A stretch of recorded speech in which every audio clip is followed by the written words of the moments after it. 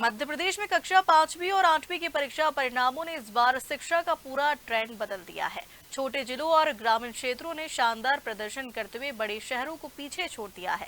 खास बात यह रही कि सरकारी स्कूलों का रिजल्ट भी निजी स्कूलों से बेहतर रहा।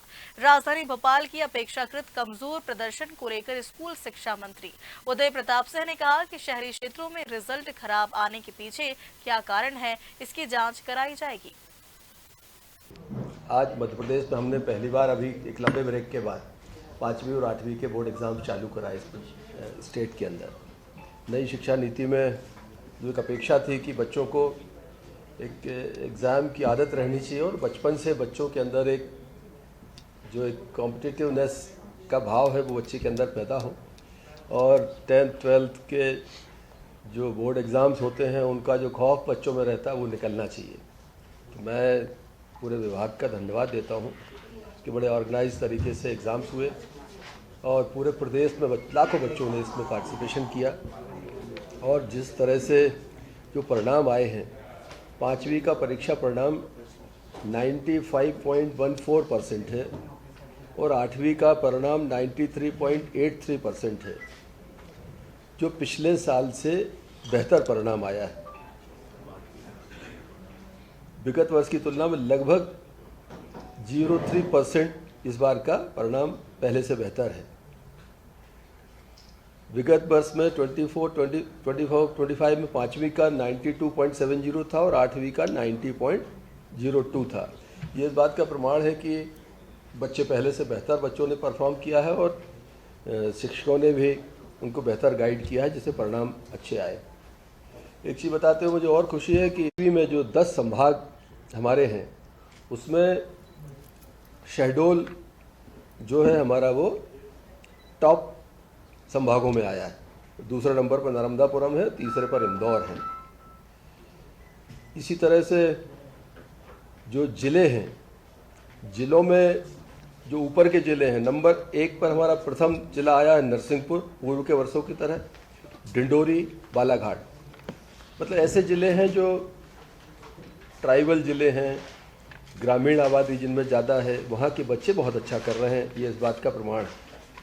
8वीं में इंदौर संभाग हमारा टॉप पे रहा है और नर्मदापुरम सेकंड है। ज़िलों में हम जाते हैं तो पुनः नरसिंहपुर प्रथम और अलीराजपुर, डिंडोरी, झाबुआ ये क्रमशः दूसरे तीसरे स्थानों पर हैं।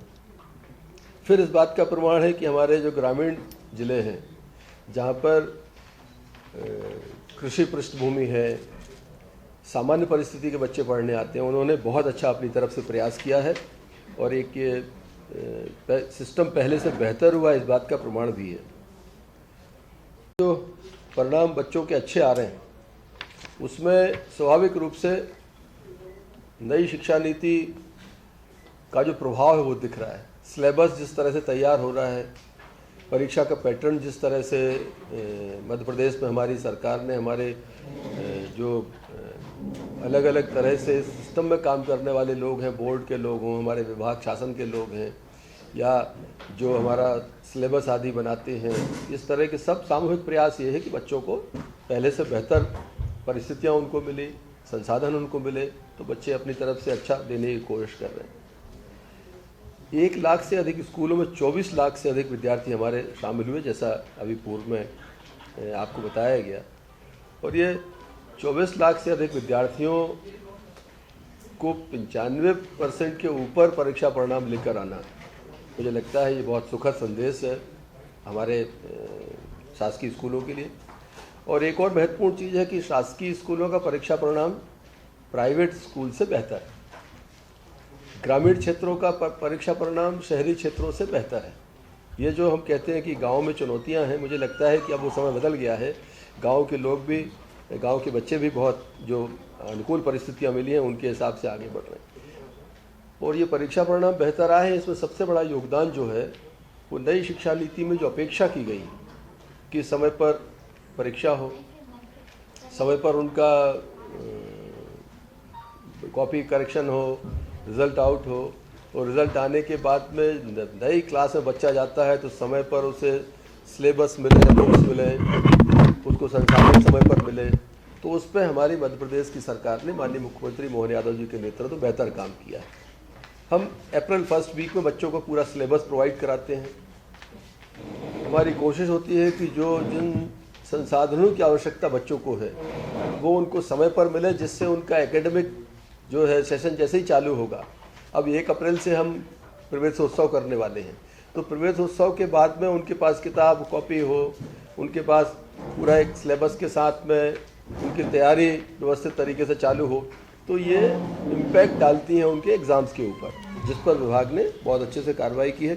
मैं आपके माध्यम से कहता हूँ, जो कि बड़ी अच्छे हायर परसेंटेज के साथ जिन्होंने परीक्षा परिणाम लेकर आए हैं, अच्छी संख्या में बच्चे पास हुए हैं, और जो बच्चा रह गया है उनके लिए विशेष रूप से कि हमारा नई शिक्षा नीति का जो प्रावधान है द्वितीय परीक्षा का, उनके पास वो अवसर है, द्वितीय परीक्षा में बच्चे जा सकते हैं, जिस विषय में वो अगर उनको कहीं पूरक परीक्षा है तो उस एग्ज़ाम को दे सकते हैं, और बेहतर उनके पास अवसर होगा अभी तुरंत में मई जून में। तो बच्चों को किसी किस्म से हताश होने की आवश्यकता नहीं है।